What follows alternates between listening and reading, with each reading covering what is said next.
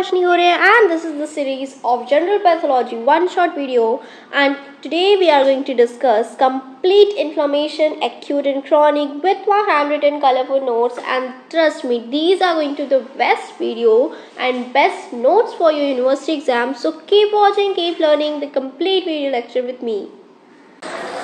So today we are going to complete the complete inflammation, tissue healing and repair in just one video. All types of inflammation, chronic inflammation, acute inflammation, repair and tissue healing. तो video को complete देखना और last तक ज़रूर देखना, बहुत easy है, notes के साथ है, आसानी से समझ में आएगा। तो देखो, सबसे पहला टॉपिक हम डिस्कस करेंगे हमारा आज inflammation. So what is inflammation? तो देखो, इन्फ्लेमेशन शब्द का अर्थ समझो।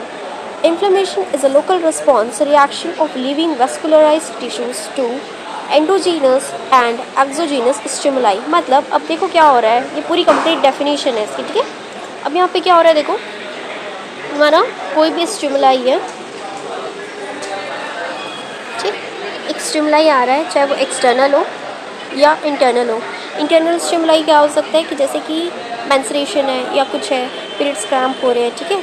और क्या हो सकता है एंडोजीनसली, कुछ भी मतलब हार्मोनल चेंजेस आ रहे हैं या कोई जो अपने एंजाइम रिलीज़ होते हैं, इन्फ्लामेटरी एंजाइम सिक्रेट होंगे, ठीक है, वो क्या करेंगे, वो आपका इन्फ्लामेशन कॉज कराते हैं। That is your endogenous, means internal हो रहा है सेल्स के, ठीक। और एक्सोजीनस स्टिमुलाई क्या हो गया, मान लो तुमको इंजरी हुई है, यहाँ से आके किसी पॉइंटेड ऑब्जेक्ट ने तुम्हें इस स्किन के पॉइंट पे हिट किया, that is your external stimuli और एक्सोजीनस स्टिमुलाई।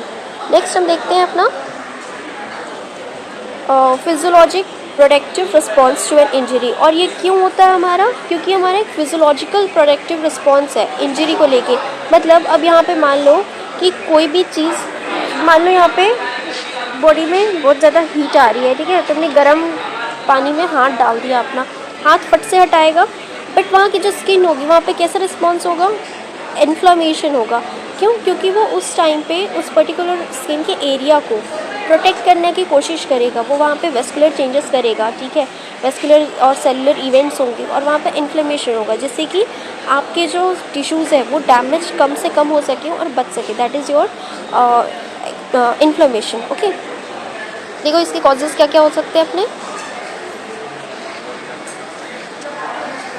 फर्स्ट है अपना फिजिकल एजेंट, देन अपना केमिकल एजेंट, नेक्स्ट है अपना बायोलॉजिकल एजेंट, फिर अपना इम्यूनोलॉजिकल एजेंट, ठीक है। इम्यूनोलॉजिकल जो डिसऑर्डर होते हैं वो हो गए, ठीक है, जेनेटिक और metabolic disorders. So these all are causes of your inflammation. तो देखो इन वजह से इन्फ्लेमेशन हो सकता है। अब मैकेनिकल इंजरी और रेडिएशन इंजरी, जैसे कि तुम्हारी यूवी रेडिएशन हो गई या बहुत ज़्यादा अल्फ़ा या गामा रेज हो गई, ठीक है, इनकी वजह से जो इन्फ्लेमेशन होगा वो कैसे होगा, जैसे कीमोथेरेपी में रेडिएशन थेरेपी हो सकती है, ठीक है, कीमोथेरेपी हो गई, रेडिएशन थेरेपी हो गई। तो इस थेरेपीज़ में क्या होता है, तुम्हारा जो रेडिएशंस है उससे क्या होता है, आसपास के सेल्स और टिश्यूज़ भी डैमेज होते हैं, वहाँ पे इन्फ्लेमेशन होता है ना। मैकेनिकल इंजरी क्या हो गई, तुम्हें चोट लग गई, कट गया, छिल गया, जल गए, that is your mechanical injury. और ये सारे एजेंट क्या हो गए, हमारे फिजिकल एजेंट हो गए। नेक्स्ट अपने केमिकल हो गए, जैसे कि टॉक्सिन्स हो गए, ड्रग्स हो गए। अब देखो एलोपैथिक मेडिसिन में क्या होता है, बहुत ज़्यादा टॉक्सिकेटेड होती है, वो बॉडी में कहीं ना कहीं हार्म पहुँचा रही है नॉर्मल सेल्स को भी। एंटी इन्फ्लेमेटरी एंटीबायोटिक हो गई, बायोटिक्स मीन्स लिविंग, तो जितने भी लिविंग टिश्यूज़ हैं, चाहे वो बैक्टीरिया वायरस हो या तुम्हारे खुद के हेल्दी टिश्यूज़ हो, definitely that is going to damage it anyhow in any form, और any tissues, any cells of whole your complete body. किसी भी सिस्टम के कोई भी सेल, कोई भी टिश्यू तुम्हारे अफेक्ट हो सकते हैं। That is your chemical agents. Next है अपना बायोलॉजिकल या इन्फेक्शियस एजेंट। बायोलॉजिकल तुम्हारे bacteria, virus, fungi, parasites, these all are your biological agent. तो इनकी वजह से जो इन्फ्लेमेशन होता है, ठीक है, इनको मारने के लिए जो अपने टिश्यू रिस्पॉन्स कर रहे हैं, दैट इज़ योर इन्फ्लेमेशन, ठीक है। और वो हमारे इन्फ्लेमेशन क्यों हो रहा है, क्योंकि बॉडी हमें बता रही है कि कुछ तो गड़बड़ है, ठीक है। इन्फ्लेमेशन कब होता है, जब बॉडी में कुछ तो गड़बड़ होता है, जब कुछ तो गड़बड़ दया आ जाए ना, तो समझो इन्फ्लेमेशन है, ठीक है। नेक्स्ट है अपना इम्यूनोलॉजिक डिसऑर्डर्स, मतलब जैसे कि हाइपर सेंसिटिविटी रिएक्शन हो गए, ऑटो इम्यूनिटी हो गई, ठीक है, ऑटो इम्यून डिफिशिएंसी, ठीक है। तो ये सारी चीज़ें, जब ऑटो इम्यूनिटी होती है तो क्या होता है, अपने जो खुद के सेल होते हैं वो आजू बाजू के सेल्स को रिकॉग्नाइज नहीं कर पाते, उनकी वजह से क्या होगा, इन्फ्लेमेटरी रिस्पॉन्सेस निकलते हैं, ठीक है, एंजाइम्स निकलते हैं और वो बाकी सेल्स को भी किल करते हैं, अपने ही सेल को मार रहे होते हैं। That is your auto immunity. Hyper sensitive reaction मान लो कि तुमने कोई ड्रग ली, तुमने कोई मेडिसिन ली, या तुमने कोई फूड कंटेंट लिया जिसके लिए तुम बहुत ज़्यादा हाईली रिएक्टिव हो, मतलब तुम्हारी बॉडी एलर्जिक है उस चीज़ के लिए। उस कंडीशन में क्या होगा कि तुम्हारी जो सेलुलर रिस्पॉन्स है, ठीक है, वहाँ पे इन्फ्लेमेशन हो जाएगा। और इस तरह से क्या होता है, इम्यूनोलॉजिक डिसऑर्डर्स में भी इन्फॉर्मेशन देखने को मिलता है। नेक्स्ट अपने जेनेटिक या मेटाबॉलिक डिसऑर्डर हो गए, जो मेटाबॉलिज्म के डिसऑर्डर हो गए, that is your diabetes mellitus and gout. तो गाउट में क्या होता है, तुम्हारे जितने भी जॉइंट्स हैं, ठीक है, वो वहाँ पे क्या हो जाएगा, इन्फ्लेमेशन होता है। ठीक, तो इस तरह से तुम्हारे इन्फ्लेमेशन होते हैं। नेक्स्ट हम देखते हैं टाइप्स ऑफ इन्फ्लेमेशन। तो डेफिनेशन अगर आए एग्जाम में टाइप्स और इन्फ्लेमेशन पूछे तो सेम टू सेम लिख के आना, definitely you are going to get a good marks. मेरे नोट्स फॉलो करो, हैंड राइटिंग समझ में ना आया तो कमेंट में पूछ लो, ठीक है। नेक्स्ट हम देखते हैं टाइप्स, और उसके पहले हम देखते हैं 5 कार्डिनल साइंस ऑफ इन्फ्लेमेशन। मतलब कहीं भी अगर बॉडी में इन्फ्लेमेशन है तो तुम्हें ये साइन देखने को मिलेगा ही मिलेगा। तो सबसे पहला साइन होता है अपना rubor, that is your redness, calor, heat, tumour, swelling, dolor, oedema. So these are your sign of inflammation. ठीक, तो ये साइन तुम्हें मिलेगा ही मिलेगा। अब देखो, सबसे पहले देखो कि रूबर क्या होता है। रूबर मतलब रेडनेस। अब रेडनेस क्यों हो रही है, क्योंकि for a particular time being और इंस्टेंस के लिए क्या होता है कि वहाँ पे ब्लड फ्लो ऐसे जम जाता है, स्टेसिस हो जाता है। स्टेसिस का मतलब होता है कहीं भी ठहराव आ जाना, रुक जाना, ठीक है, जम जाना उस जगह पे। जैसे कभी कभी क्या होता है कि बारिश में बहुत देखोगे, भारत सरकार की सड़कों के जो गड्ढे होते हैं उनमें पानी जमा हो जाता है। क्यों, stasis, this is your stasis, मतलब कहीं भी ठहराव आ जाना, रुक जाना, दैट इज़ योर स्टेसिस। तो जब कहीं भी इन्फ्लेमेशन होगा, ठीक, तो क्या देखने को मिलेगा हमें, रूबर, रेडनेस। और रेडनेस क्यों होती है, क्योंकि वहाँ पे ब्लड का एक्यूमुलेशन ज़्यादा हो गया, मतलब वहाँ पे ब्लड फ्लो धीरे हो चुका है, अब स्टेसिस हो रहा है ब्लड का, ठीक है, ब्लड फ्लो में स्टेसिस है। नेक्स्ट है अपना Kolar, that is your heat. जहाँ भी देखना तुम्हें चोट लगेगी या कुछ भी होगी तो उस पर्टिकुलर रीजन में तुम्हें हीट महसूस होगी। क्यों, क्योंकि वहाँ पे बहुत ज़्यादा ना ब्लड आ जाता है। तो ब्लड में क्या है, खुद की एक टेम्परेचर होती है ब्लड की, ठीक है, और पीएच वैल्यू होती है, ठीक, वहाँ पे तुम्हें स्ट्रेसेस, मतलब ब्लड की स्ट्रेसेस देखने को मिल रही है, तो ब्लड का अमाउंट वहाँ बढ़ गया, ठीक है, ब्लड का अमाउंट बढ़ गया, मतलब वहाँ पे अब तुम्हारी हीट भी बढ़ जाएगी। ठीक, नेक्स्ट है तुम्हारा ट्यूमर। अब ट्यूमर मतलब स्वेलिंग, एनी स्वेलिंग और एडिमा। अब क्या होगा, वहाँ पे वस्कुलर परमेबिलिटी बढ़ जाएगी। अब देखो, इसे समझो, वस्कुलर परमेबिलिटी क्या है, ये देखो, ये तुम्हारे सेल हैं, ठीक, यहाँ पे कोई भी स्टिमुलाई आया,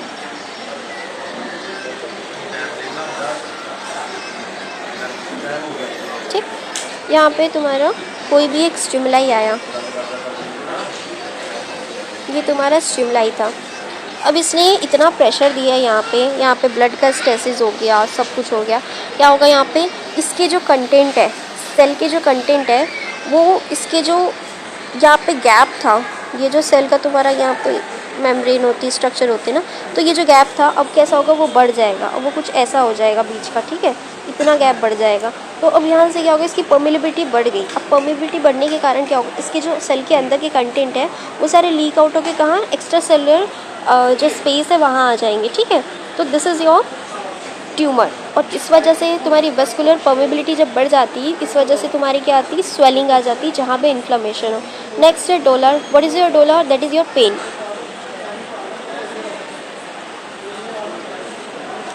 तो डोलर में क्या होगा तुम्हारा, केमिकल मेडिएटर्स जैसे कि प्रोस्टाग्लैंडिन और काइनिन्स आएंगे। तो ये बताते हैं कि अब तुम्हें यहाँ पे बताना है, मान लो तुम्हें कहीं चोट लगी है, खून बह रहा हो, तो जब तक तुम्हें दर्द नहीं होगा तुम्हारा वहाँ ध्यान नहीं जाएगा। तो तुम उस घाव को हील करो, तुम उस इन्फ्लेमेशन को ठीक करो, उस स्टिमुलाई को रिमूव करो। इसलिए यहाँ पे क्या रिलीज़ होते हैं, तुम्हारे प्रोस्टाग्लैंडिन और काइनिन्स, ठीक है। ये रिलीज़ होके क्या बताते हैं कि यहाँ पे इन्फ्लेमेशन है, इस पॉइंट पे इन्फ्लेमेशन है। So this is the role of your pain, ठीक, और केमिकल मीडिएटर्स ये काम कर रहे हैं। नेक्स्ट है अपना फंक्शनल ऐसा, that means loss of function. अब जहाँ भी चोट लगी है तुम उस हिस्से को हिला नहीं पाओगे, ठीक है, वहाँ पे बहुत ज़्यादा दर्द होगा, तुम्हें सीवियर पेन हो जाएगा, ठीक। अब में इमोबिलाइज द टिश्यूज़, और वहाँ के तुम्हारे टिश्यूज़ क्या है, स्वेलिंग की वजह से, जैसे अर्थराइटिस में या गाउट में या जॉइंट पेन में क्या होगा, जब जहाँ भी चोट लगी हो, फ्रैक्चर ही हो गया है, मान लो तुम्हें फ्रैक्चर हुआ है, इन्फ्लेमेशन होगा, स्वेलिंग होगी, सब कुछ होगा। क्या तुम उस ऑर्गन्स का या उस पर्टिकुलर बॉडी पार्ट का यूज़ कर पाओगे जहाँ पे तुम्हें इन्फ्लेमेशन है, नहीं कर सकते, क्योंकि यहाँ पे क्या हो जाता है, लॉस ऑफ फंक्शन हो जाता है तुम्हारा। नेक्स्ट है हमारा सिंपल से टेबल है, ठीक है, हमारा किसका, एक्यूट और क्रॉनिक इन्फ्लेमेशन का। फीचर्स इसका हम देखते हैं, ऑनसेट है, ड्यूरेशन है, प्रीडोमिनेंट सेल है, कैरेक्टरिस्टिक्स है, ठीक है, डैमेज टू टिश्यू हो गया, और क्या होगा, फाइब्रोसिस है, साइन ऑफ लोकल और सिस्टमिक। तो ये सारी चीज़ें हम देखने वाले हैं, basic difference. So what is your acute inflammation, ये कैसा होगा, रैपिड होगा। Please correct the spelling your, it will be rapid, ठीक है, बहुत ज़्यादा रैपिड होगा, कुछ मिनट और आवर्स में ही क्या हो जाएगा, तुम्हारा इन्फ्लेमेशन के साइन देखने को मिलेंगे।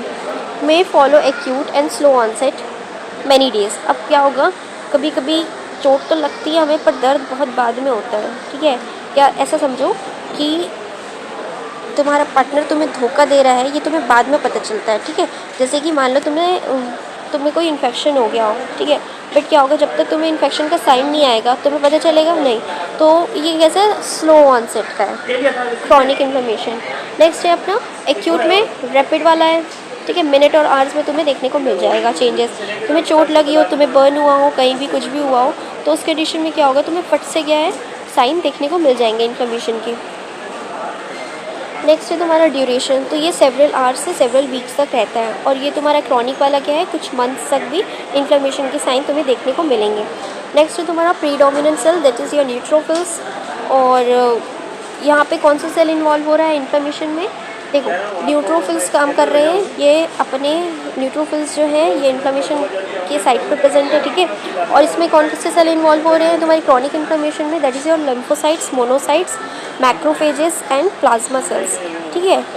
कुछ कभी कभी क्या होता है, प्लाज्मा सेल्स भी इन्वॉल्व हो जाते हैं तुम्हारे क्रॉनिक इन्फ्लेमेशन में। नेक्स्ट है कैरेक्टरिस्टिक्स, दैट इज़ योर इन्यूरेशंस, जो कि तुम्हारा फ्लूइड और प्लाज्मा प्रोटीन दिख रहा है, ठीक है। एंड इसमें हम देखते हैं इसके डैमेज का, तो कि कौन से कैसे कर रहे हैं damage, mild and self limited can progress to chronic inflammation. अब देखो, अगर तुम्हारे स्टिमुलाई हटा नहीं, एक्यूट इन्फ्लेमेशन में तुम्हारा स्टिमुलाई हटा नहीं वहाँ से, तो क्या होगा, वो क्रॉनिक इन्फ्लेमेशन में भी कन्वर्ट हो सकता है। जैसे कि तुम्हारी क्रॉनिक डिजीज़ हो गई सारी की सारी, तो पहले तो वो एक्यूट रहती है ना, बाद में क्रॉनिक बनती है कोई भी डिजीज़, है ना। शुरू से तो एक्यूट जो है वो क्रॉनिक नहीं बन जाता, पहले वो एक्यूट रहता है for a time being. For instance जो है, जब तक स्टिमुलाई रहा तब तक तुम जो है वो एक्यूट रहेगा, ठीक है। स्टिमुलाई हटाया तो इन्फ्लेमेशन ख़त्म हो जाएगा। तो नेक्स्ट पॉइंट हम देखते हैं इसका साइन और लोकल और सिस्टमेटिक, मतलब कहाँ पे ये इफेक्ट कर रहा है। अपना बेसिकली ये प्रोमिनेंट होता है बहुत ज़्यादा, हमें सुपरफिशियली भी ये चीज़ें एक्यूट इन्फ्लेमेशन में चेंजेस देखने को मिलते हैं। बट क्रॉनिक में जैसे कि तुम्हारी लीवर डिजीज़ हो गई या कोई क्रॉनिक डिजीज़ और हो गई, उसमें क्या होगा, चेंजेस तुम्हें इंटरनल लेवल पे ज़्यादा देखने को मिलेंगे और उतने ज़्यादा सिम्टम जो है वो प्रोमिनेंट नहीं होते हैं, ठीक है, क्रॉनिक में। Next we will discuss our next topic, that is your acute inflammation. So definition is immediate and early response to an injuries or injurious agent, relatively short duration. It is characterized by exudations of fluids, plasma protein, immigrations of और predominantly, मतलब क्या हो रहा है यहाँ पे, तुम्हारे जितने भी रिस्पॉन्स है वो कैसे हैं, इमीडिएट हो रहे हैं, तुरंत हो रहे हैं, अर्ली हो रहे हैं। जैसे तुम जब भी बर्न हो जाए, कहीं पे जल जाओ, तो क्या होगा, तुरंत वहाँ पे रेडनेस देखने को मिलेगी, ठीक है। और क्या होगा, वहाँ पे इंजरियस एजेंट रहेगा प्रेजेंट, है ना। रिलेटिवली शॉर्ट ड्यूरेशन का होता है, ठीक है, थोड़ी देर में जला हुआ तुम्हारा 1-2 दिन में या हफ्ते भर में ठीक हो जाएगा। चोट लगी हो तो भी 2 हफ्ते, ज़्यादा से ज़्यादा 10-15 दिन में ठीक हो जाएगी, ठीक है। फिर it is characterised by exudation of fluids, मतलब एक्सुडेशन मतलब बाहर आ रहा है, लीक आउट हो रहा है कंटेंट, ठीक है, प्लाज्मा प्रोटीन तुम्हारे, ठीक है।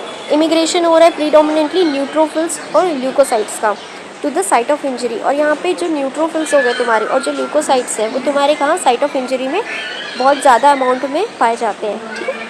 Now here we will see the events of acute inflammation. बहुत सिंपल सी बात है, वेस्कुलर सेलुलर 2 चेंजेस होंगे तुम्हारे। वेस्कुलर मतलब वेसल्स से जो कंटेंट बाहर आएगा, जैसे रिएक्शन ऑफ ब्लड वेसल्स हो गया, ठीक है। और सेलुलर मतलब जो सेल से बाहर आ रहा है, that is your reaction of leukocyte. इससे सिंपल, इससे ईजी कहीं नहीं मिलेगा तुम्हें, ठीक है, इतना ईजी मैं बता रही हूँ, ठीक है। Next will see the vascular changes. तो देखो, सबसे पहले वेसोडाइलेशन होता है, मतलब अब ये जो तुम्हारी ब्लड वेसल्स हैं, ठीक, इनमें क्या होगा, डायलेशन होगा, ये डायलेट हो जाएंगी तुम्हारी ब्लड वेसल्स, ठीक है, फैल गई है। अब यहाँ पे क्या होगा, फैल जाने के कारण यहाँ पे ठीक चेंजेस इन वेस्कुलर फ्लो, मतलब यहाँ पे जो वेस्कुलर फ्लो है उसमें चेंजेस देखने को मिलेंगे।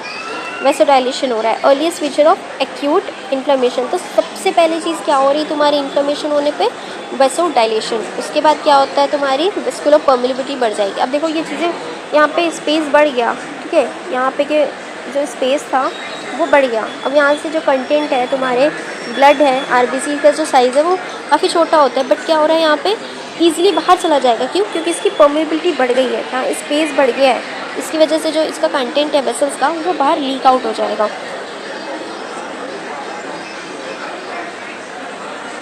And sometimes it follows a transient constriction of एट्रियोल्स।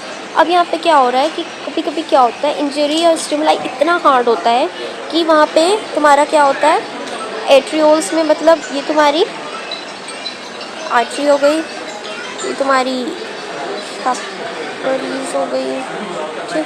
तो ये जो एट्रियोल्स है इनमें क्या मिलेगा, ट्रांजिएंट कॉन्स्ट्रिक्शन, मतलब फट से उसमें क्या कॉन्स्ट्रिक्शन भी देखने को मिलता है। After a certain time period of vasodilation क्या मिलता है अपने को, ट्रांजिएंट कॉन्स्ट्रिक्शन देखने को मिलता है। दैट इज़ योर एट्रियोल, ठीक है, ये तुम्हारा एट्रियोल है और इसमें क्या मिलेगा तुम्हें, ट्रांजिएंट कॉन्स्ट्रिक्शन देखने को मिलेगा। नेक्स्ट वेस्कुलर परमेबिलिटी पे आते हैं। तो एक्सीडेशन हो रहा है, मतलब कंटेंट बाहर लीक आउट हो रहा है। Defined as a process of escape of fluid and protein and blood vessels from vessels into interstitial cavities. अब देखो यहाँ पे जो इंटरस्टिशियल कैविटीज़ है, ये जो सेल के बीच का तुम्हारा स्पेस है, ठीक है, ये तुम्हारे सेल हो गए, इसके सेल के बीच के जो स्पेस है, यहाँ पे क्या है, तुम्हारे जो सेल का कंटेंट है वो सारा लीक आउट होके यहाँ पे जो है एडिमा कराएगा, ठीक है, यहाँ पे लीक आउट होके बनने लग गया, ठीक। तो ऐसे हो रहा है ये देखो वेसोडाइलेशन क्या है, ये तुम्हारे नॉर्मल सेल्स हैं, ठीक। अब यहाँ पे स्पेस बढ़ गई, ठीक है, तो क्या होगा, ट्रांसपोर्टेशन बढ़ जाएगा, मतलब यहाँ पे परमिलिबिलिटी बढ़ गई। परमेबिलिटी जैसी बढ़ी, इसके अंदर के जो कंटेंट है तुम्हारे वेसल्स के वो बाहर आने लग जाएंगे, ठीक। अब क्या क्या हो रहा है यहाँ पे, इंक्रीजिंग परमेबिलिटी ऑफ माइक्रोवेस्कुलेचर, मतलब तुम्हारी जो बहुत स्मॉल एट्रियोल्स है, माइक्रो वेसल्स है, उनमें क्या होगा, ब्लड फ्लो कम हो जाएगा, परमेबिलिटी बढ़ जाएगी। ये देखो इस तरह से ये प्रोसेस हो रहा है, ठीक है, ये डायग्राम बना लेना, अच्छे मार्क्स मिल जाएंगे। और नेक्स्ट चीज़ क्या हो रही है, इसमें फॉर्मेशन ऑफ ट्रांजिडेट हो रहा है, स्टेसिस ऑफ ब्लड हो रहा है, फॉर्मेशन ऑफ एक्सीडेट हो रहा है। तो देखो ये तुम्हारा एट्रियोल्स थी, ये कैपिलरीज है, ठीक है, वेन्यूल्स है। अब इन कैपिलर्स में क्या हो रहा है, ये देखो ऐसे एडिमा हो जाएगा, क्योंकि इसके जो कंटेंट है वो सारे के सारे बाहर आ जाएंगे और यहाँ पे स्वेलिंग आ जाएगी। तो तुम्हारी इन्फ्लेमेशन में स्वेलिंग इसी वजह से आती है, ठीक है। अब यहाँ पे क्या हो जाएगा, देखो immigration of leukocytes and neutrophils, यहाँ पे जितने भी कंटेंट थे ब्लड के, जैसे कि तुम्हारे ल्यूकोसाइट्स हो गए, ठीक है, न्यूट्रोफिल्स हो गए, वो सारे के सारे बाहर आ जाएंगे तुम्हारे एक्स्ट्रा सेलुलर कैविटीज़ में। ये तो हम देख लिए वेसल्स में क्या चेंजेस होता है। अब हम देखेंगे तुम्हारे सेलुलर इवेंट्स, मतलब सेल्स में क्या चेंजेस हो रहा है। तो सबसे पहले देखते हैं migration, rolling, pavementing and adhesion of leakage. अब देखो क्या हो रहा है, ये जो सेल थे ना, ठीक है, ये सेल से तो कंटेंट चलो बाहर आ गया, ठीक। अब ये तुम्हारे वेसल्स थे, ठीक, यहाँ पे जो भी सेल्स थे तुम्हारे ल्यूकोसाइट न्यूट्रोफिल्स है, अब इनको बाहर आना है क्योंकि इसकी परमेबिलिटी बढ़ गई। तो सबसे पहले क्या होगा यार, सबसे पहले तुम्हारे माइग्रेशन होगा, वो इस इन्फ्लेमेशन की साइट पे आएंगे, जहाँ पे इन्फ्लेमेशन होगा वो यहाँ तक पहुँचे, इसके गेट तक पहुँचे। ऐसे घर से निकलने के लिए गेट तक तो आना पड़ेगा ना। फिर क्या होगा, रोल होके आएंगे, ये रोल होके आने के बाद क्या करेंगे, परमेटिंग बनाएंगे। उसके बाद क्या होगा, यहाँ पे एडिशन हो जाएगा, ये वहाँ जाके चिपक जाएंगे। इतना सिंपल है सेलुलर चेंजेस, ठीक है। तो यहाँ पे देखो कैसे हो रहा है, ल्यूकोसाइट रिक्रूटमेंट और एक्स्ट्रावाइजेशन, मतलब ल्यूकोसाइट का रिक्रूटमेंट होता है अब यहाँ पे। अब भैया यहाँ पे ना ये तुम्हारी वेसल्स हैं, यहाँ पे ल्यूकोसाइट्स आ जाएंगे, इनका रिक्रूटमेंट होगा कि ये आदमी घर के बाहर जाएंगे, इतने लोग आज बिग बॉस से बाहर हो गए तुम्हारे, ठीक है। तो ऐसे होता है, ये तुम्हारा ल्यूकोसाइट का रिक्रूटमेंट होता है और एक्स्ट्रावाइजेशन इसी को बोलते हैं। Normally leukocytes make rapidly in blood during inflammation, they slow down and escape extra cellular spaces, जो एक्स्ट्रा वेस्कुलर स्पेसेस होंगी तुम्हारी, ठीक है, तो ये क्या करेंगे, वहाँ से बाहर निकल के आ जाएंगे इन्फ्लेमेशन के दौरान, ठीक है। रैपिडली फ्लो कर रहे होते हैं ब्लड में, स्टेसिस हुआ, स्लो डाउन हो गया ब्लड का फ्लो। अब क्या होगा, यहाँ पे वो फट से बाहर आ जाएंगे, भाग जाएंगे वो। Leukocyte extravasation is a process of migration of leukocytes from the lumen of vessels to the site of injury in extravascular tissues. अब देखो ये सारा तुम्हारा हो गया सेलुलर चेंजेस जो तुम्हारे अंदर हो रहा था, ल्यूकोसाइट्स, ठीक है, वेसल्स के अंदर हो रहा था, ठीक, बाहर आ गए। अब इन वेस्कुलर ल्यूमेन क्या हो रहा है, जब वेसल्स की ल्यूमेन है, ठीक, ये तुम्हारी वेसल्स हो गई,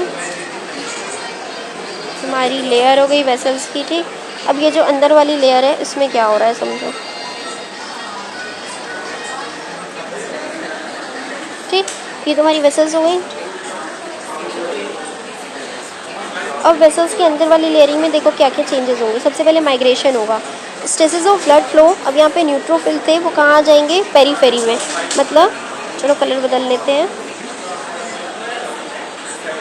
ये तुम्हारे जो न्यूट्रोफिल थे अब ये किस तरफ आ जाएंगे, ये पेरीफेरी में आ रहे हैं, इस तरफ आ जा रहे हैं, ठीक है, ठीक। अब क्या होगा, रोलिंग होगा। अब ये ढुलते ढुलते ढुलते यहाँ पहुँच गए। उसके बाद क्या होगा, एडिशन होगा। जो तुम्हारे जो इंटीग्रेंस प्रोटीन होते हैं, ठीक है, वहाँ से क्या होंगे, ये आके चिपक जाएंगे। Neutrophils adhesion to endothelium. अब ये यहाँ पे आके बाहर की तरफ आके ये यहाँ पे चिपक जाएंगे, that is your adhesion across the vessel wall. अब ये हमारे सॉरी ये जो हमारी जो वेसल वॉल थी यहाँ पे, ये यहाँ पे क्या हो रहा है, न्यूट्रोफिल्स आके सारे के सारे एडिशन हो जा रहे हैं, चिपक जा रहे हैं, ठीक है। नेक्स्ट अपना ट्रांसमाइग्रेशंस, दैट इज़ योर डायपेडिसिस। अब देखो डायपेडिसिस क्या होता है, सिंपल सी बात है कि ब्रेक डाउन होना बीच से, ठीक है, दो भाग में टूट जा रहे हैं जो सेल्स, उसी को हम डायपेडिसिस बोलते हैं, ठीक। Leukocytes migrate through the vessels में by squeezing them there, that is your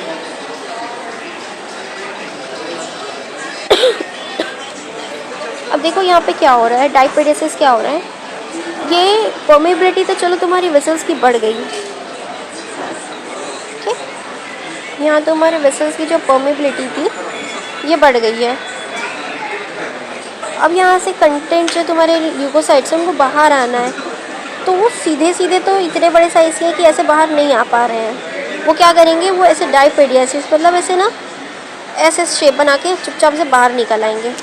तो इस प्रोसेस से क्या होता है, तुम्हारा ट्रांसमाइग्रेशन यूजिंग द प्रोसेस डायपेडियासिस से, ठीक है। इस तरह से तुम्हारे ल्यूकोसाइट जो स्क्वीज होके बाहर आ रहे हैं, ठीक है, आउटसाइड द वेसल वॉल, और वेसल वॉल के बाहर आ जाते हैं। नेक्स्ट अपने होते हैं chemotaxis, the process of migration of neutrophils towards inflammatory stimulus. अब ये तुम्हारे जो न्यूट्रोफिल्स हैं वो कहाँ जा रहे हैं, जहाँ पे तुम्हारे स्टिमुलाई आ रहा है, मतलब वही डब्बे में चढ़ोगे ना जहाँ तुम्हारा रिजर्वेशन है। तो इनका रिजर्वेशन कहाँ पे था तुम्हारा, जहाँ पे इन्फ्लेमेटरी स्टिमुलस था, तो वहाँ पे आके तुम्हारे न्यूट्रोफिल्स जाके क्या कर रहे हैं, वहाँ पे देखो क्या होता है कि मान लो यहाँ पे हमारा एक तालाब है, तो मछली तो वहीं जाएगी ना जहाँ पानी होगा, तुम्हारी जो फिश है पानी में ही तो रहेगी। तो ये जो तुम्हारे कीमो अट्रैक्टेंट्स होते हैं ये कहाँ पे प्रेजेंट है, तुम्हारे लोकेशन ऑफ इन्फ्लेमेशन पे। ये तुम्हारी इन्फ्लेमेशन की लोकेशन हो गई, और यहाँ पे तुम्हारे क्या प्रेजेंट है, कीमो अट्रैक्टेंट्स। अब ये कीमो अट्रैक्टेंट्स के पास जाके कौन जाएगा, ये जो न्यूट्रोफिल्स निकल रहे हैं ना, ये तुम्हारे कहाँ पहुँचेंगे, कीमो अट्रैक्टेंट्स के पास। तो इस तरह से ये प्रोसेस को हम बोलते हैं कीमोटैक्सिस, बिकॉज यहाँ पे केमिकली मेडिएटेड प्रोसेस हो रहा है, ठीक है। Now type of leukocyte infiltrates. अब इनफिल्ट्रेट मतलब ये तुम्हारी चाय की छन्नी हो गई,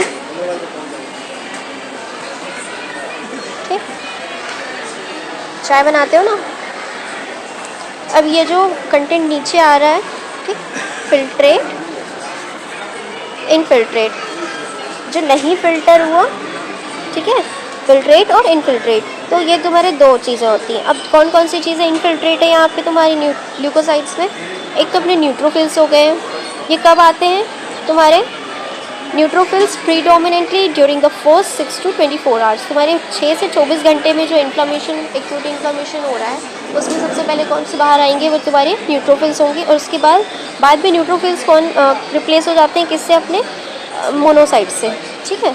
तो इस तरह से तुम्हारा फर्स्ट चीज़ हो रही है किसमें, इन्फ्लेमेशन के फर्स्ट फेज में। नेक्स्ट अपना ल्यूकोसाइट एक्टिवेशन। तो leukocyte recognises microbes, dead necrotic cells and foreign substance. तो कैसे आ रही ल्यूकोसाइट्स बाहर, कौन मतलब ल्यूकोसाइट्स किसको रिकॉग्नाइज कर रहे हैं, बाहर आके ये मेरा दोस्त है या दुश्मन है, ये कौन डिसाइड कर रहे हैं, अपने ल्यूकोसाइट्स कर रहे हैं, ठीक है। बाई सेल सरफेस रिसेप्टर्स, और वहाँ पे क्या होते हैं, उनके पास एक रिसेप्टर होते हैं, that is a called cell surface receptor. अब ये तो तुम्हारे सेल्स है ना, इनके पास ऐसे सेल सरफेस रिसेप्टर्स होंगे, ठीक है। और ये तुम्हारे आके जुड़ने वाले हैं किससे, तुम्हारे जो भी पैथोजेंस है या जो भी इन्फ्लामेटरी सेल्स है जो नेक्रोटिक टिश्यू है उनमें आके ये जुड़ जाएंगे तुम्हारे रिसेप्टर्स, ठीक। देखो ये कैसे होते हैं, तुम्हारे टोल लाइक रिसेप्टर्स होते हैं, ठीक है, TLRS बोलते हैं। और एक होते हैं अपने इन्फ्लोमोसोम्स, ठीक है। इन्फ्लोमोसोम्स क्या होते हैं, तुम्हारे जो इन्फ्लामेशन सेल होते हैं, ठीक है, जो it is a multiprotein complex can recognise cell cells products, uric acid, microbial agents, products, जो भी माइक्रोबियल एजेंट होंगे, ठीक है, यूरिक एसिड हो गया, जो भी मतलब कचरा हो गया बॉडी में, उनको कौन करता है ये, ठीक है, इन्फ्लोमोसोम्स, ठीक है। नेक्स्ट है टोल लाइक रिसेप्टर्स अपने रिकॉग्नाइज इंजेस्टेड माइक्रोब्स बैक्टीरियल। अब देखो अपने यहाँ पे मैक्रोफेजेस आए, मैक्रोफेजेस ने यहाँ पे तुम्हारे जितने पैथोजन थे खा के बैठ गए, बट इसके अंदर तो ये ट्रैप है ना। अब इसको कौन यहाँ पे रिकॉग्नाइज करेगा, अपने टोल लाइक रिसेप्टर। मतलब गाड़ी में बॉम्ब है कि नहीं ये कौन बताएगा, टोल नाके पे जो अपनी चौकी, पुलिस चौकी होगी ना, वो बताएगी कि इसके अंदर बॉम्ब है या नहीं है। हाँ भैया इसके अंदर तो बॉम्ब प्रेजेंट है, ठीक है। तो इस तरह से तुम्हें टोल लाइक रिसेप्टर और इन्फ्लोमोसोम्स जो हैं वो तुम्हारे डिसाइड करते हैं। इसका एग्जांपल है अपने लिपोपॉलीसेक्राइड्स जो LPS हो गए, ठीक है, और एंडोटॉक्सिन्स हो गए, ये तुम्हारे टोल लाइक रिसेप्टर्स की तरह काम करते हैं। नेक्स्ट हम देखेंगे फेगोसाइटोसिस। तो ये ऑलरेडी तुमने पूरा मतलब नीट से पढ़ते आ रहे हो फेगोसाइटोसिस क्या होती है, ठीक है। तो जैसे सेल इंगल्फमेंट होगा, उसके डिफरेंट सेल्स होते हैं, एक तो होते हैं अपना फेगोसोम्स हो गए और एक अपने फेगोलाइजोसोम्स हो गए, ठीक है। लाइजोसोम्स होते हैं, फेगोसोम्स होते हैं, फेगोलाइजोसोम्स होते हैं। तो ये सारे के सारे तुम्हारे क्या कर रहे हैं, तुम्हारे फेगोसाइटोसिस में हेल्प कर रहे हैं। तो सबसे पहले होता है रिकॉग्नाइजेशन एंड अटैचमेंट। तो सबसे पहले रिसेप्टर से आगे तुम्हारी जो सरफेस है फेगोसाइटिक सेल के वो आके चिपक जाएंगे और तुम्हारे जितने भी माइक्रोब्स हैं या नेक्रोटिक सेल्स हैं उनको रिकॉग्नाइज करके रिसेप्टर्स की मदद से, जो टोल लाइक रिसेप्टर्स थे जो इन्फ्लोमोसोम्स थे उनकी मदद से ये क्या कर लेंगे, उनको फटाफट से अपने साथ अटैच कर लेते हैं जो सेल सरफेस होते हैं, ठीक है। अब उसमें क्या होगा, इंगल्फमेंट। अब यहाँ पे वैक्यूल बनेगी, फेगोसोम्स और फेगोलाइजोसोम्स दो टाइप की वैक्यूल होती हैं, ठीक है। ये क्या करती हैं, तुम्हारी इंगल्फमेंट का काम करती है, मतलब उसको निगल जाएगी। शिकार दिखा नहीं, शिकारी ने निगल लिया, ठीक है। Killing of ingested material. अब देखो जो भी मटेरियल, देखो इंजेस्ट तो हो गया, चोर तो पकड़ा आ गया, पर चोर को सज़ा कौन देगा, तो अपने होते हैं ये reactive oxidative species, oxygen species, और अपनी होती है एक रिएक्टिव नाइट्रोजन स्पीशीज़, ठीक है। और ये अपने होते हैं एक लाइसोसोमल एंजाइम। तो ये सारे उसको मारने का काम करेंगे, उसको सज़ा देंगे, ठीक है। उसकी चोरी की सज़ा उसको कौन देगा, अपनी जो ऑक्सीजन स्पीशीज़ हो गई, जो अपनी नाइट्रोजन स्पीशीज़ हो गई, और अपने जो लाइसोसोमल एंजाइम हो गए, जैसे इलास्टेज हो गई, पेरोक्सीनाइट्रेट हो गया, ठीक है, H2O2 हो गया। तो ये सारे के सारे क्या है, अपने सज़ा देने का काम करेंगे। नेक्स्ट है अपने केमिकल मीडिएटर्स ऑफ इन्फॉर्मेशन, जैसे कि अपने सेल डेराइव हो सकते हैं और प्लाज्मा प्रोटीन, ठीक है, प्लाज्मा प्रोटीन वाले डेराइव हो सकते हैं, ठीक है। प्लाज्मा प्रोटीन से डेराइव हो सकते हैं अपने जो केमिकल होंगे, या फिर अपने जो सेल से डेराइव हो सकते हैं, मतलब एक सेल निकाल रहा है और एक प्लाज्मा प्रोटीन से निकल रहे हैं, ठीक है। तो जो सेल डेराइव है वो कौन कौन से, अपने बेसोएक्टिव अमाइंस हो गए, आर्किडोनिक एसिड हो गई, ठीक है, प्लेटलेट एक्टिवेटिंग फैक्टर्स हो गई, PF हो गए, रिएक्टिव O2 स्पीशीज़ हो गई, ROS हो गया, रिएक्टिव नाइट्रिक ऑक्साइड जो अपने नाइट्रोजन कंपोनेंट्स हो गए वो हो गए, ठीक है। साइटोकाइनिन्स कौन कौन से हो गए, अपने टिश्यू नेक्रोटिक फैक्टर हो गए, इंटरल्यूकिन 1 हो गए और कीमोकाइंस हो गए। तो ये सारे के सारे अपने क्या है, अपने, ठीक है, अपने सेल डेराइव्ड है, सेल से निकलने वाले हैं। हिस्टामिन हो गया, सेरोटोनिन हो गया, प्रोस्टाग्लैंडिन्स हो गया, ल्यूकोएंट्रिन्स हो गए। तो ये सारे के सारे क्या अपने सेल डेराइव्ड है, ठीक। अब अपने प्लाज्मा डेराइव कौन कौन से कंपोनेंट हो गए, प्लाज्मा प्रोटीन से जो डेराइव हो रहे हैं अपने कॉम्प्लीमेंट कंपोनेंट्स हो गए, जैसे C3 हो गया, CSA हो गया, C3B हो गया, C5BG हो गया, ठीक है।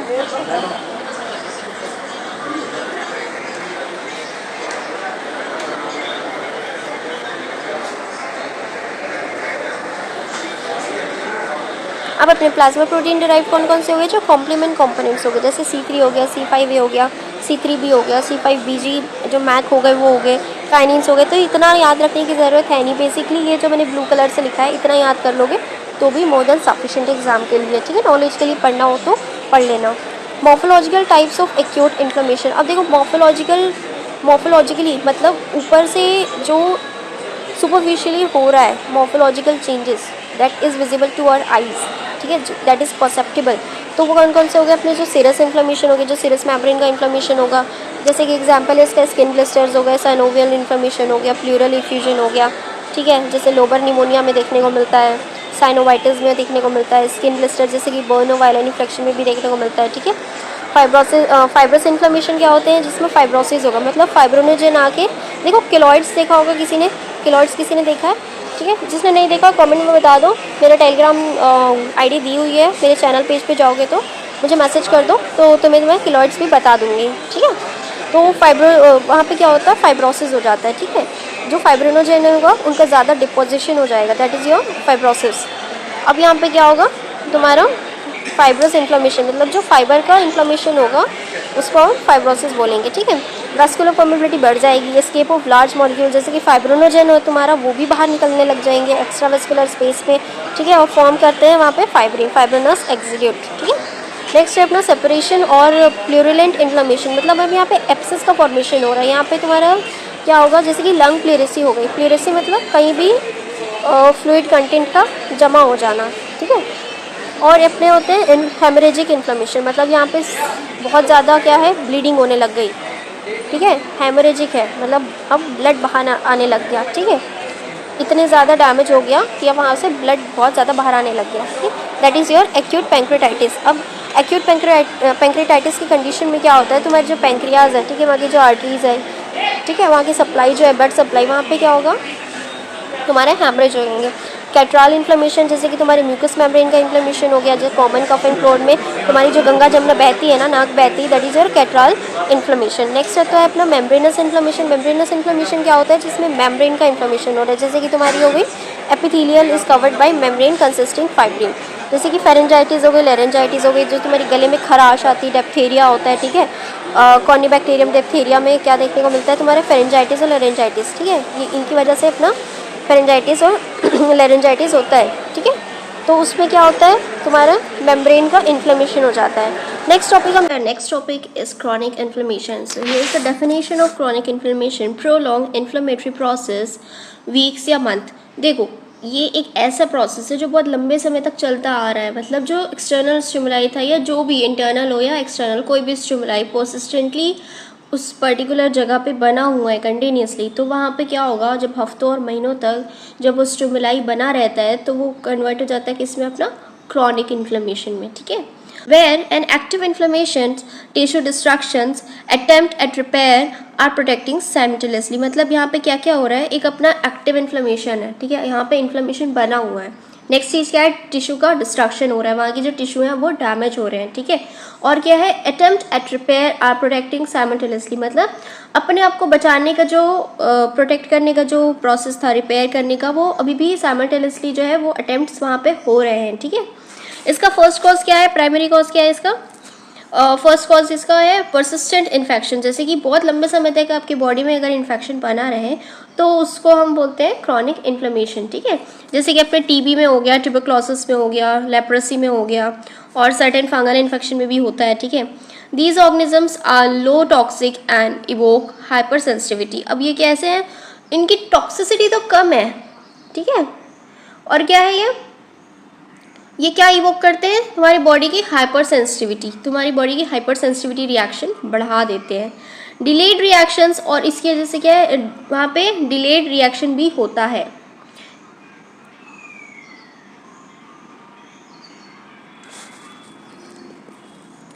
नेक्स्ट है तुम्हारा prolong exposure to non degradable but partially toxic substance. अब देखो क्या होता है कि बहुत लंबे समय तक तुम ऐसे सब्सटेंस के कांटेक्ट में आ रहे हो जो कि कैसा है, नॉन डिग्रेडेबल है, बट क्या है, पार्शली टॉक्सिक है, ये तुम्हारे शरीर के लिए हानिकारक है, जैसे कि हो गया एंडोजिनस लिपिड कंपोनेंट, और हो गया एक्सोजिनस सब्सटेंस जैसे कि सिलिका, एबस्टॉस, ठीक है।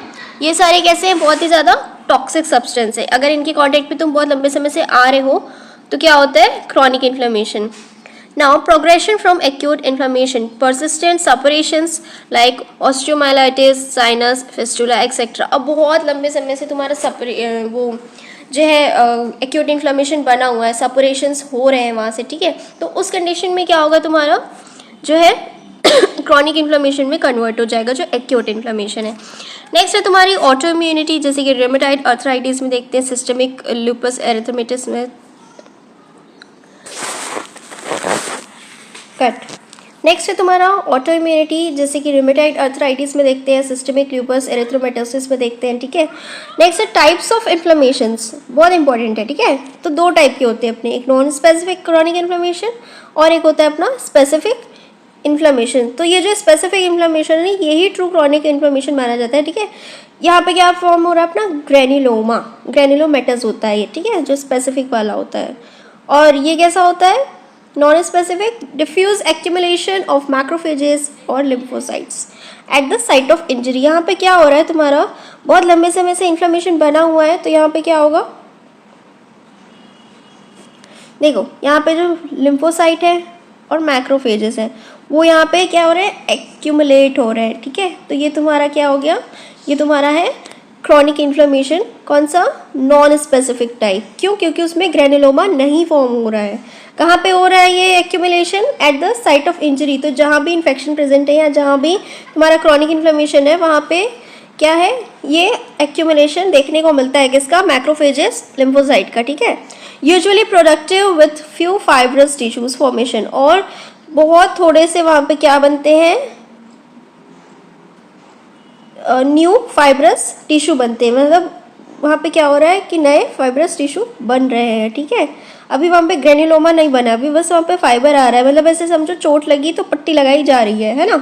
अभी वहाँ पे क्या है, पूरी तरीके से ग्रेन्युलोमा फॉर्म नहीं हुआ है, ठीक। इसका एग्जाम्पल है तुम्हारा क्रॉनिक कोलिसिस्टाइटिस, ठीक है। नेक्स्ट अपना specific inflammation, specific chronic inflammation क्या होते हैं, यहाँ पे ग्रेनुलोमेटोज होते हैं, मतलब अब यहाँ पे ग्रेनुलोमा पाया ही पाया जाएगा, characterised by the presence of granuloma, ठीक है। Macrophages that are transformed into epithelioid cells, epithelioid cells fuse to form giant cells and surrounded by collar of mononuclear leukocytes. अब यहाँ पे क्या हो रहा है, देखो सबसे पहले क्या हो रहा है, यहाँ पे ग्रेनुलोमा कैसे बन रहा है, अब देखो, ठीक है। यहाँ पे मैक्रोफेजेस प्रेजेंट थे अपने, ठीक। अब ये मैक्रोफेजेस क्या है, ये किस में ट्रांसफॉर्म हो रहे हैं, अपने एपिथेलॉइड सेल्स में। एपिथेलॉइड सेल फ्यूज होके क्या बना रहे हैं, जाइंट सेल्स बना रहे हैं। और ये जाइंट सेल्स, जो जाइंट सेल्स है वो किससे सराउंड हो रहे हैं, तुम्हारा मोनोन्यूक्लियर ल्यूकोसाइट्स से। तो इस तरह से क्या बन रहा है, तुम्हारा पूरा का पूरा ग्रेनुलोमा बन रहा है, ठीक है। और ये कैसा है, लिम्फोसाइट और फाइब्रोब्लास्ट आके वहाँ पे एक्यूमुलेशन हो रहा है, ठीक है। Here is the general structure of granuloma. तो जनरली ग्रेनुलोमा का ऐसा स्ट्रक्चर होता है, देखो सबसे पहले क्या हो रहा है, यहाँ पे ये तुम्हारे लिम्फोसाइट्स हो गए, ठीक।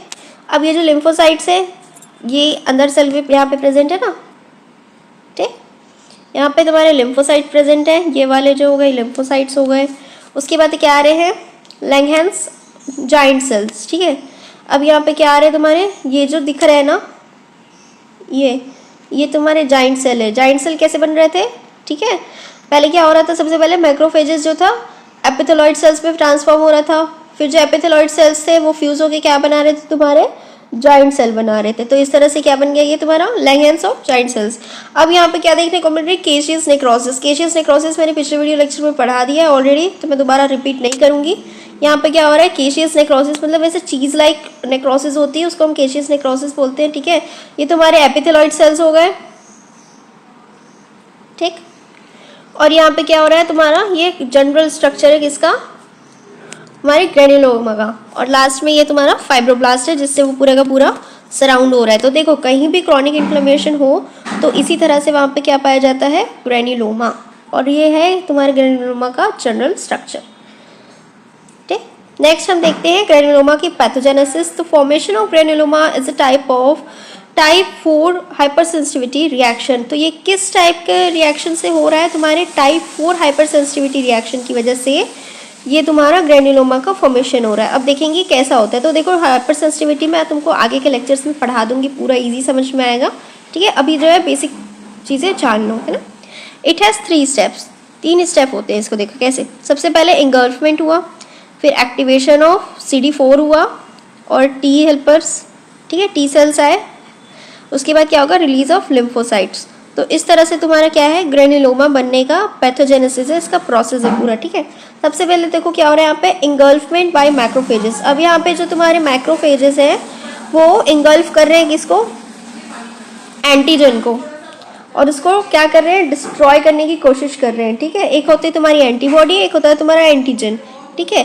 अब ये जो एंटीजन है इस प्योरली डिग्रेडेबल, अब ये क्या है, बहुत ईजिली डिग्रेड नहीं हो पाएगा, ठीक। ये कैसे पुअरली डिग्रेडेबल है, तुम्हारे मैक्रोफेज क्या कर रहे हैं, कोशिश कर रहे हैं तुम्हारी इसको जो तुम्हारी एंटीबॉडी है, सॉरी एंटीजन है, उसको इंगल्फ करने की कोशिश कर रहे हैं, ठीक है। उसने इंगल्फ तो कर लिया, पर क्या है, ये डिग्रेड नहीं हो पा रहे हैं। सबसे पहला प्रोसेस क्या है, इंगल्फमेंट का है, ठीक है। Macrophages engulf antigens. अब यहाँ पे एंटीजन जो है वो डिग्रेड नहीं हो पा रहे हैं। Macrophages fail to digest and degrade antigen. अब यहाँ पे मैक्रोफेज फेल हो गए उसको डाइजेस्ट करने में और डिग्रेड करने में। अब यहाँ पे क्या होता है, तुम्हारा activation of CD4 and T cells. अब यहाँ पे तुम्हारे जो CD4 होते हैं ना, ठीक है, जो तुम्हारे हाइपर सेंसिटिविटी रिएक्शन में पाए जाते हैं वो आएंगे, ठीक है, वो, और ये टी सेल्स जो टी हेल्पर किलर, ठीक है, ये सारे सेल्स आके, देखो CD4 जो है ना ये टी हेल्पर का टाइप है, ठीक है। टी हेल्पर के भी कैटेगरी होती है, में भी टाइप्स होते हैं, तो CD4 तुम्हारा इसी का टाइप है, ठीक है, टी हेल्पर का। और ये क्या है, टी हेल्पर भी किस 1 और 2 दो टाइप के होते हैं CD4 में, ठीक है। अब ये क्या है, किलर क्या करेगा, साइटोकाइनिन्स रिलीज करता है, और टी हेल्पर क्या करता है, CD4, ठीक है। अब यहाँ पे क्या होगा, देखो, macrophages fail to deal with antigen, macrophage तो फेल हो गए। Macrophage represented antigen to CD4 and TH1 lymphocytes. अब यहाँ पे क्या हो रहा है भैया, पुलिस तो फेल हो गई मुजरिम को सजा देने में, ये चली गई कोर्ट, ठीक। तो ये जो पुलिस थी वो जो अपराधी को ले गई कहाँ, तुम्हारे कोर्ट ले गई। जज साहब कौन थे यहाँ पे, CD4 और TH1 लिम्फोसाइट्स, ठीक है, 2 लोग की बेंच थी। यहाँ पे ये क्या रिलीज कर दिया, ये ऑर्डर निकाल दिए, सम्मन इशू कर दिए, किसको, तुम्हारे अपराधी को, जो तुम मुजरिम था, जो एंटीजन था, उसके खिलाफ यहाँ पे रिलीज ऑफ लिम्फोसाइट हो गया, सम्मन इशू हो गया। अब यहाँ पे सम्मन जो इशू हुआ उसमें कितनी धाराएं लगी, देखो, इंटरफेरॉन गामा लग गया, इंटरल्यूकिन 1 और 2 लग गया, और टिश्यू नेक्रोटिक फैक्टर अल्फा। तो ये 3 धाराओं के तहत इसका काम तमाम हुआ। बहुत इजी बता दी, एकदम याद हो जाएगा, ठीक है। पुलिस जो थी कौन थी, मैक्रोफेज थी। मैक्रोफेज उसको सजा देने में असफल रही, मैक्रोफेजेस फेल हुआ, उसने किसको रिप्रेजेंट कर दिया, एंटीजन को उठा के CD4 और TH1 में, ठीक। TH1 ने क्या रिलीज कर दिया उठा के, लिम्फोसाइट। लिम्फोसाइट कौन कौन से थे अपने, इंटरफेरॉन गामा, इंटरल्यूकिन 1 और 2 और टिश्यू नेक्रोटिक फैक्टर अल्फा। अब ये लोग का क्या क्या काम है, देखो, इंटरफेरॉन गामा की धारा के तहत एक्टिवेट, यहाँ पे एक्टिवेट होगा अपना मोनोसाइट। मोनोसाइट मैक्रोफेज रिलीज के, मैक्रोफेज ट्रांसफॉर्म हो जाएगा किसमें, एपिथेलॉइड सेल में। हाँ, बन गया अपना क्या, एपिथेलॉइड सेल्स। उसके बाद क्या बनेगा अपना, यहाँ पे इंटरल्यूकिन 1 और 2 निकल के क्या करेंगे, टी सेल्स का प्रोलिफरेशन कर देंगे, बहुत ज़्यादा टी सेल्स बना लेंगे, ठीक है। यहाँ पे टिश्यू नेक्रोटिक फैक्टर अल्फा जो है वो क्या आएगा बना के, फाइब्रोब्लास्ट बना देगा, फाइब्रोब्लास्ट का प्रोलिफरेशन कर देगा, ठीक है। तो इतना सिंपल सा था ये अपना ग्रेन्युलोमा का पैथोजेनेसिस। नेक्स्ट हम देखते हैं टाइप्स ऑफ जाइंट सेल। तो देखो जाइंट सेल्स क्या है अपने यहाँ पे, इन्फ्लामेटरी जाइंट सेल्स और ट्यूमर जाइंट सेल्स होते हैं। यहाँ पे भी 2 टाइप है, ठीक है। तो देखो इसमें डिफरेंस क्या है, बहुत छोटी सी बात है, ठीक है। अब देखो इन्फ्लामेटरी जाइंट सेल का पहला टाइप कौन सा है अपना, एक हो गया अपना जिसमें न्यूक्लियस है, ठीक है, और इसमें क्या है, वैक्यूलेटेड साइटोप्लाज्म है, ठीक है। अब देखो ये है लैंगहेंस जाइंट सेल्स। पहला अपना न्यूक्लियस प्रेजेंट है जिसमें फॉरेन बॉडी टाइप हो गया, ठीक है, जैसे कि जिसमें फॉरेन बॉडी का पता चल रहा है अपने को, जिसमें अपने को पता है कि पैथोजन आ रहा है कोई ना कोई, ठीक है, जैसे कि ट्यूबरक्लोसिस में हो गया। फिर सार्कोइडोसिस में कौन सा आएगा अपना, लैंगहेंस ऑफ जाइंट सेल आएगा, ठीक है। वैक्यूलेटेड साइटोप्लाज्म है, मतलब वहाँ पे क्या है, टोटो टाइप है, मतलब ज़ैंथोमा प्रेजेंट है, ठीक है। ज़ैंथोमा में देखने को मिलती है इस टाइप की ग्रेन्युलोमा, ठीक। अब क्या है नेक्स्ट अपने ग्रेन्युलोमा बोल रही हूँ, सॉरी, जाइंट सेल्स है, ठीक है। ट्यूमर जाइंट सेल्स में क्या क्या है, पहला अपना एनाप्लास्टिक ट्यूमर हो गया, रेडस्टनबर्ग हो गया, और अपना हो गया ऑस्टियोब्लास्टिक, ठीक है, ऑस्टियोक्लास्टिक हो गया, सॉरी, ठीक है। अब देखो एनाप्लास्टिक में क्या है, यहाँ पे न्यूक्लियस जो है बहुत बड़े हो जाएंगे, ठीक है, और इसमें क्या होगा, रेडस्टनबर्ग में ऐसे ये भूत जैसे दिखाई देते हैं ना, जिसमें याद रखना, जिसमें भूत जैसे दिखाई दे रहे हैं तुम्हारे क्या जाइंट सेल्स, वो तुम्हारे रेड स्टर्नबर्ग हो गए। और जिसमें से वो टूटी फ्रूटी वाली ब्रेड आती है ना, ये वैसी दिख रही है नहीं, ऑस्टियोक्लास्टिक, इसमें ऐसे दिखाई देंगे, ठीक है। अब देखते हैं हम टाइप ऑफ ग्रेनुलोमा। एक होता है केजिएटिंग, एक होता है नॉन केजिएटिंग। देखो इसमें क्या होता है तुम्हारे केजिएटिंग में कहाँ कौन कौन सा एग्जाम्पल है इसका, ट्यूबरक्लोसिस हो गया, ठीक है, प्लाज्मोसिस हो गया, सिफिलिस हो गया, कोकिडोमाइकोसिस हो गए, ठीक है। इन सारे इन्फेक्शन में अपने को केजिएटिंग मिलता है, ठीक है। कौन सा ग्रेनुलोमा मिलता है, केजिएटिंग वाला, ठीक है। और नॉन केजिएटिंग में कौन कौन होता है, एक अपना हॉटस्किन लिम्फोमा हो गया और एक अपना सार्कोइडोसिस हो गया। तो ये सिंपल से एग्जाम्पल्स है, इनको याद कर लेना, इतना ज़्यादा टफ है नहीं है, ठीक है, बहुत ईजी है।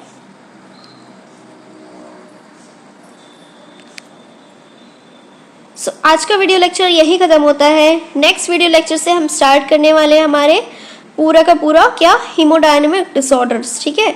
और जनरल पैथोलॉजी मैंने आपके इतने कम टाइम में, इतने कम लेक्चर्स में सारे IMP टॉपिक्स मैंने कवर कर दिए हैं, जो कि आपके एग्जाम पर्पज़ के लिए बहुत इंपॉर्टेंट है।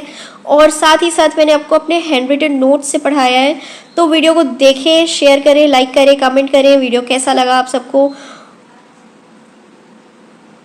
So keep watching, keep learning. Thank you everyone. Subscribe.